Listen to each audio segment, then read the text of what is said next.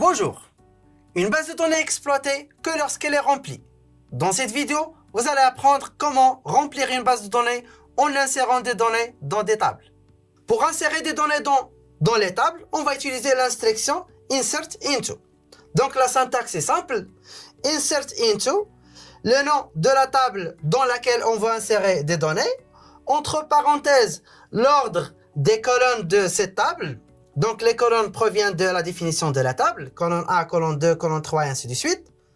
Après, values, entre parenthèses, les valeurs pour les colonnes. Donc valeur 1 pour colonne 1, valeur 2 pour colonne 2, valeur 3 pour colonne 3 et ainsi de suite.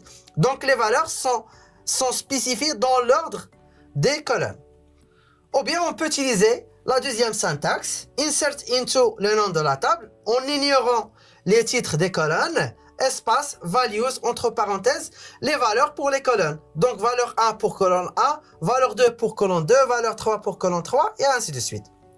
Alors pour bien comprendre ça, prenons un exemple.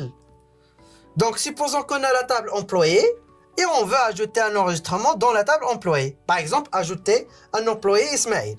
Donc pour ajouter un employé, il faut spécifier une valeur pour l'ID, la valeur pour le nom, la valeur pour l'âge et une valeur pour le salaire. Donc la syntaxe est simple. Donc en utilisant la première syntaxe, on va utiliser insert into.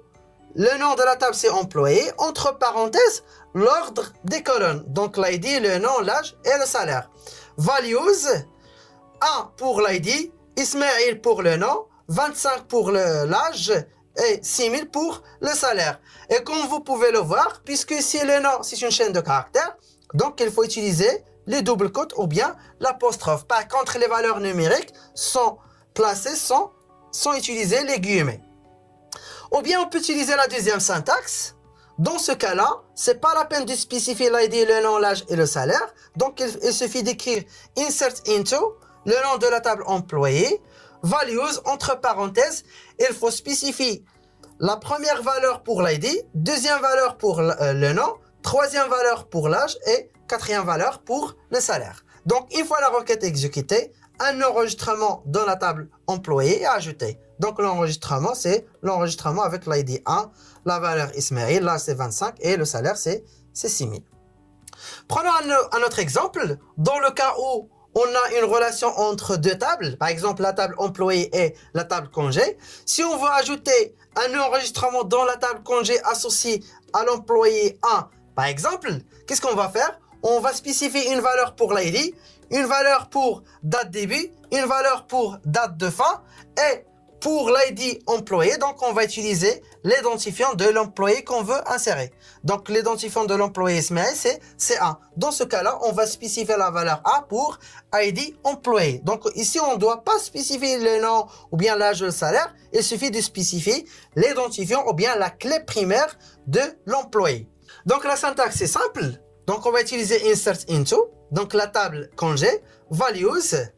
La première valeur, c'est l'identifiant de congé, donc 1, par exemple. Deuxième valeur, c'est pour date début de congé. Troisième valeur, c'est la date de fin.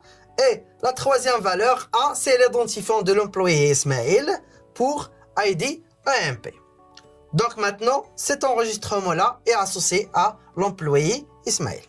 Bien sûr, insert into peut être utilisé pour insérer plusieurs enregistrements à la fois. Donc la syntaxe est simple. On va utiliser insert into, le nom de la table, values. Et après, qu'est-ce qu'on va faire? On va spécifier des valeurs pour chaque ligne. Et les lignes sont séparées par virgule. À la fin, on va mettre point virgule.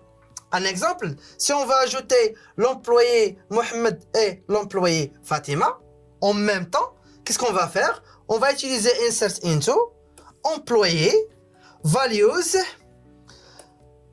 La première valeur ou bien le premier enregistrement c'est associé à l'employé Mohamed. Donc il faut spécifier son ID, son nom, l'âge et le salaire. Aussi, virgule, deuxième employé. Donc l'ID c'est 3, le nom c'est Fatima, l'âge c'est 29 et le salaire c'est 6000. Si on veut ajouter d'autres enregistrements, donc il suffit d'écrire virgule et spécifier les autres enregistrements. À la fin, on va mettre point virgule. Alors, ces enregistrements-là sont insérés à la fois. L'instruction Insert Into est utilisée pour insérer des données manuellement dans une table, mais peut également être utilisée pour restaurer les données d'une table à partir d'une autre en utilisant l'instruction Select conjointement avec Insert Into. C'est l'objectif d'une prochaine vidéo. Merci pour votre attention et à la prochaine.